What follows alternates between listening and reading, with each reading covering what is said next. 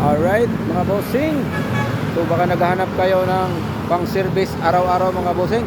Ito, available to, 5-seater na Suzuki Espresso mga bossing. 2026 model yan mga bossing, na may ending 9 mga boss. At kulay red po yung ating unit.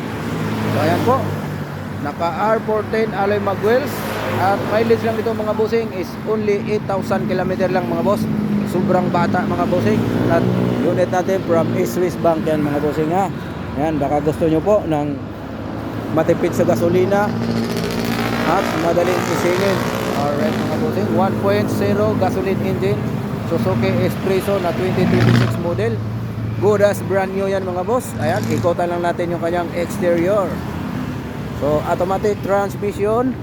Ayan, makapugi ng ating unit mga boss. At sobrang tipid to sa gasolina. Ayan.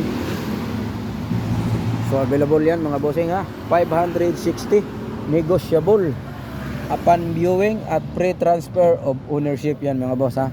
Ayan. So pasok lang tayo sa kanyang interior. Kumikinang sa kintab mga bossing at napakaganda ng kanyang upuan. Ayan, only 8,000 km lang ang milyahe nito. Automatic transmission at 2026 model mga boss. Good as brand new talaga mga bossing. Amoy kasa pa. Alright. So baka naghahanap kayo ng 5-seater na mas matipid na mga boss. Ito, automatic transmission Suzuki Espresso na 2026 model. At 1.0 gasoline engine yan mga boss ha. Kulay red po yung ating available unit mga bossing ha.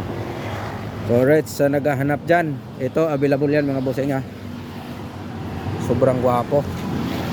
Alright, location ng ating unit mga bossing is dito pa rin yan, sa Bacoor, Cavite, along Aguinaldo Highway mga bossing. At ayan po yung ating mga available. 37 na lang po yung natira, nabawasan tayo ng isa. So yan lamang po, at magandang hapon sa ating mga viewers and followers.